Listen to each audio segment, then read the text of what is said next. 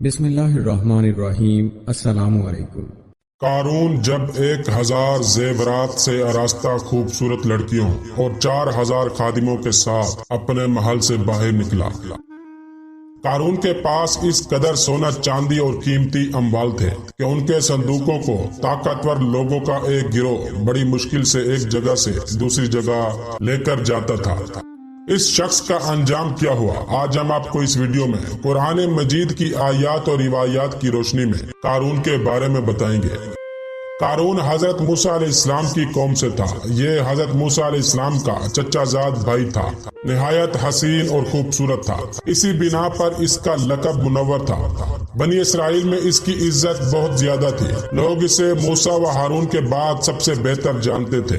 یہ توریت کی قرأت اور اس کے علم میں موسیٰ و ہارون کے بعد سب سے زیادہ عالم سمجھا جاتا تھا۔ غربت میں گزارا کرتا تھا اور عبادت گزاری میں بے نظیر تھا۔ حضرت موسیٰ علیہ السلام جب کوہ طور پر 70 آدمیوں کو لے کر جاتے تھے، یہ بھی ان میں ضرور ہوتا تھا۔ حضرت موسیٰ علیہ السلام سے اس نے علم توریت حاصل کیا اور کیمیا بنانا سیکھا تھا۔ بے روایت سولہویں خروج موسیٰ سے پہلے قارون فرعون کی طرف سے عامل مصر تھا۔ کچھ دولت فرعون سے حاصل کی، کچھ کیمیا گری سے حاصل کی، شیطان کی مدد سے مالا مال ہو گیا۔ حضرت موسیٰ علیہ السلام نے جب دریا عبور کیا تو قارون ساتھ تھا۔ ابھی اس کا مزاج بگڑا نہ تھا، لیکن خیالات کروٹ لے چکے تھے۔ بنی اسرائیل جب عذاب طیہ میں مبتلا ہونے کے بعد دعا و استغفار میں مشغول ہوئے تو قارون نے توبہ و استغفار سے منع کی اور کہا کہ کیوں وقت ضائع کرتے ہو، توبہ و استغفار بے معنی چیز ہے۔ جب حضرت موسیٰ علیہ السلام کو معلوم ہوا تو آپ نے اس سے کہا کہ یہ حرکتیں چھوڑ دے اور بے دستور اپنے راستے پر لگا رہے، لیکن چونکہ دولت اس کے دماغ پر چھا چکی تھی لہٰذا اس نے آپ کی بات کی پرواہ نہ کی اور بے روایت مجمع البحرین آپ سے استہزاء کیا۔ حضرت موسیٰ علیہ السلام کو بے انتہا دکھ ہوا اور آپ وہاں سے اپنے گھر واپس آئے اور آ کر گھر کے صحن میں رنجیدہ بیٹھ گئے۔ جب حضرت موسیٰ علیہ السلام گھر میں آ کر بیٹھے تھے اس کے بعد قارون نے کچھ لوگوں کو بھیجا کہ وہ حضرت موسیٰ علیہ السلام پر گیلی راکھ ڈال دے۔ چنانچہ ان لوگوں نے ایسا ہی کیا۔ اس پر حضرت موسیٰ علیہ السلام کو سخت غصہ آ گیا۔ حضرت موسیٰ علیہ السلام نے اسی غصے کی حالت میں بارگاہ خدا میں عرض کی، مالک اب تیری توجہ درکار ہے، تو قارون کی سرکشی دیکھ رہا ہے۔ خداوند عالم نے فرمایا کہ اے موسیٰ، میں نے زمین کو تمہاری مکمل اطاعت کا حکم دیا ہے، اب تم جس طرح چاہو اسے استعمال کرو۔ ناسخ التواریخ اور 216 میں ہے کہ جب قارون بہت زیادہ دولت مند ہو گیا تو اس کا دماغ انسانیت سے باغی ہو گیا اور وہ جباروں اور سرکشوں کی راہ پر چل پڑا۔ وہ انتہائی سرکش ہو گیا اور اس نے یہ کوشش کی کہ تمام بنی اسرائیل اس کے تحت اطاعت آ جائیں۔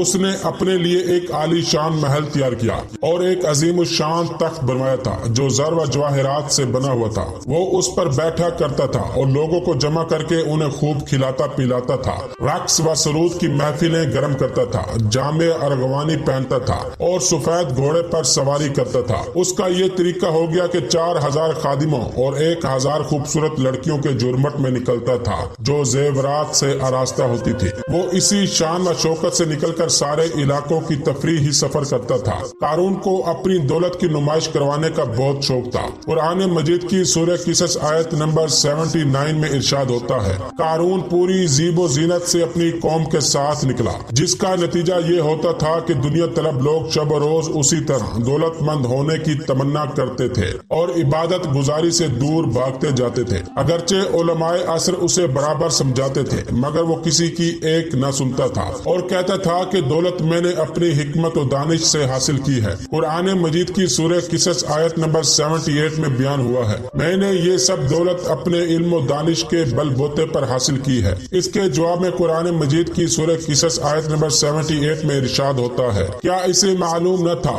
کہ خدا نے اس سے پہلے کئی قوموں کو ہلاک کر دیا جو اس سے زیادہ طاقتور تھی، علم میں بڑھ کر تھی اور سرمایہ بھی ان کے پاس زیادہ تھا۔ قارون نے کہا، میرے مقابلے میں کسی کو آنے کی جرأت نہیں کرنی چاہیے۔ وہ یہ بھی کہتا تھا کہ اس قوم کی حکمرانی میرے لیے سزاوار ہے، جو کوئی اور یہ ارادہ کرتا ہے وہ غلطی پر ہے۔ وہ انہی حرکتوں سے حضرت موسیٰ علیہ السلام و ہارون علیہ السلام کے ساتھ دشمنی کا اظہار کرتا تھا۔ ایک ایک روایت میں ہے کہ اس کے خزانے کی کنجیاں 40 مردوں کا ایک گروہ اٹھاتا تھا۔ ایک روایت میں ہے کہ اس کے خزانے کی کنجیاں 40 خچر لادا کرتے تھے۔ قرآن مجید کی سورہ قصص آیت نمبر 76 میں ارشاد ہوتا ہے، ہم نے اسے مال و دولت کے اتنے خزانے دیے کہ انہیں اٹھانا ایک طاقتور گروہ کے لیے بھی مشکل تھا۔ ایک دن قارون نے حضرت موسیٰ علیہ السلام و حضرت ہارون علیہ السلام پر اعتراض کیا کہ ان لوگوں نے نبوت اور خدمت بیت القربان اپنے میں بانٹ لیا ہے۔ نبوت رسالت موسیٰ نے لے لی اور ریاست مذبح اور بیت القربان ہارون اور ان کی اولاد کے سپرد کر دی، حالانکہ ان میں کوئی مجھ سے بہتر نہیں ہے، پھر بھی مجھے کوئی عہدہ نہیں دیا۔ جب حضرت موسیٰ علیہ السلام کو اس کی اطلاع ملی تو انہوں نے کہا کہ نہ میں نے نبوت و ریاست خود حاصل کی ہے اور نہ خدمت مذبح ہارون کو میں نے دی، یہ سب خدا کا کام ہے اور اسی نے یہ کچھ کیا ہے۔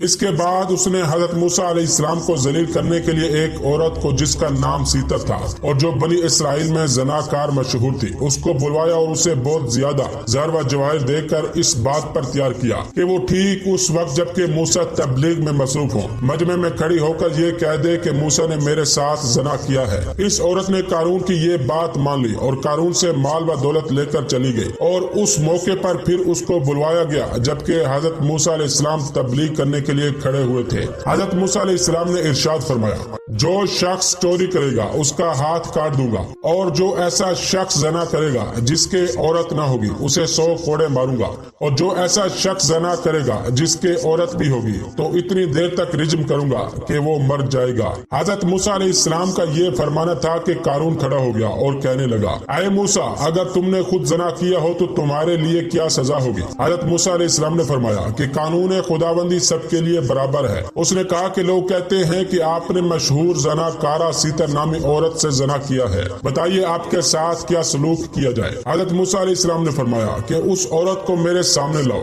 اور اس سے اپنے دعوے کے ثبوت میں بیان دلاؤ۔ قارون نے اس عورت کو مجمع میں کھڑا کر دیا اور کہا کہ اپنا بیان دے اور میری تصدیق کر۔ عورت مجمع میں جب کھڑی ہوئی تو کانپنے لگ گئی اور اس پر حق کا کچھ ایسا روب طاری ہوا کہ وہ بجائے موسیٰ کے خلاف کہے بلکہ اس نے یہ کہا، اے موسیٰ، خدا گواہ ہے کہ قارون نے آپ کے خلاف بالکل غلط الزام لگایا ہے۔ بات یہ ہے کہ اس نے مجھے بہت زیادہ دولت دے کر اس کام کے لیے تیار کیا تھا کہ میں اس کی سازش کو کامیاب بنانے میں اس کی مدد کروں۔ اس نے مجھے صرف اس مقصد کے لیے کہ میں آپ کو زنا کے الزام میں ملوث کروں، اس لیے اس نے مجھے اتنی دولت دی، لیکن میں ایسا نہیں کر سکتی۔ آپ نے ہرگز ایسی بدفعلی نہیں کی، میں اس کی گواہی دیتی ہوں۔ اس کے بعد اس نے دولت کو جو قارون نے اس کو دی تھی پیش کی۔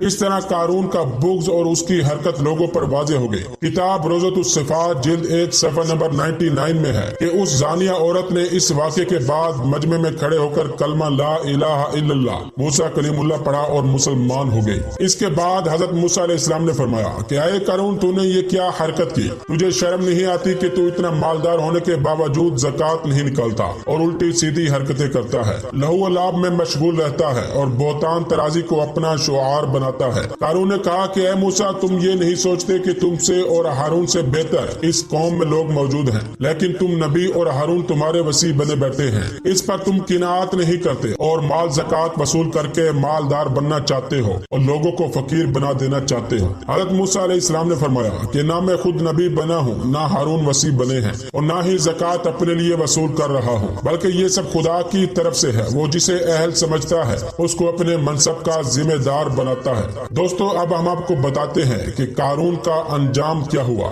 ایک دن حضرت موسیٰ علیہ السلام بے مقام مذبح کی طرف سے گزرے تو دیکھا کہ قارون اپنے 250 امراء روسا کے ساتھ بیٹھا ہوا ہے۔ حضرت موسیٰ علیہ السلام کو وحی ہوئی کہ موسیٰ، اس مقام سے ہٹ جاؤ، میں عذاب نازل کر رہا ہوں تاکہ انہیں اپنے کیے کا نتیجہ معلوم ہو جائے اور سب لوگوں کے ہوش درست ہو جائیں۔ حضرت موسیٰ علیہ السلام فوراً سجدے میں گر گئے اور عرض کی، مالک، ایک شخص کے گناہ سے ساری قوم تباہ نہ فرمائی جائے۔ حضرت موسیٰ علیہ السلام کی درخواست منظور کر لی گئی اور عذاب سے لوگ بچ گئے۔ پھر خطاب آیا کہ اے موسیٰ، اپنی قوم سے کہہ دو کہ قارون کے محل کے پاس سے ہٹ جائیں، میں آگ برسا کر اسے تباہ کر دوں گا۔ حضرت موسیٰ علیہ السلام نے لوگوں کو ہٹا دیا۔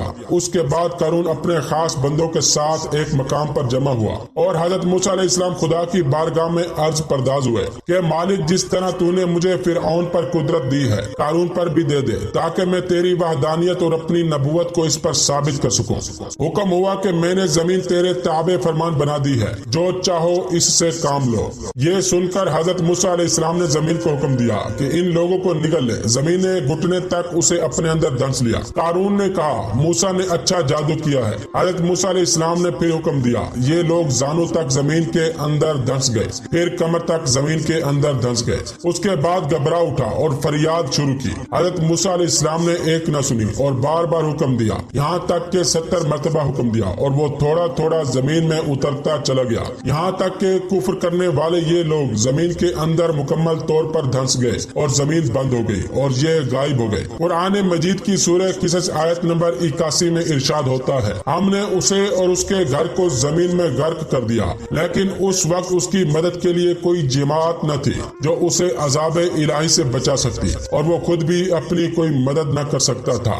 عذاب کے وقت جو لوگ ادھر کھڑے تھے وہ اس مقام سے بھاگ نکلے کہ کہیں اس عذاب کا اثر ہم تک نہ پہنچے، اور وہ لوگ جو قارون جیسی دولت حاصل کرنے کی تمنا کرتے تھے، عذاب کے بعد وہ یہ کہنے لگے جس کو قرآن مجید کی سورہ قصص آیت نمبر 82 میں بیان کیا گیا ہے، اگر خدا ہم پر احسان نہ کرتا تو وہ ہمیں بھی زمین میں غرق کر دیتا، اور گویا کافر ہرگز نجات نہیں پائیں گے۔ پھر چند منافقین نے کہا کہ موسیٰ نے سب کچھ اس لیے کیا ہے تاکہ اس کے مال پر قبضہ کر لے۔ حضرت موسیٰ علیہ السلام کو اس خیال کی اطلاع بطور کشف ہو گئی۔ انہوں نے دعا کی اور اس کا سارا مال بھی زمین کے اندر چلا گیا۔ اس کے بعد آسمان سے آگ آئی اور اس کے تمام مصاحبوں کو جلا کر خاکستر کر گئی۔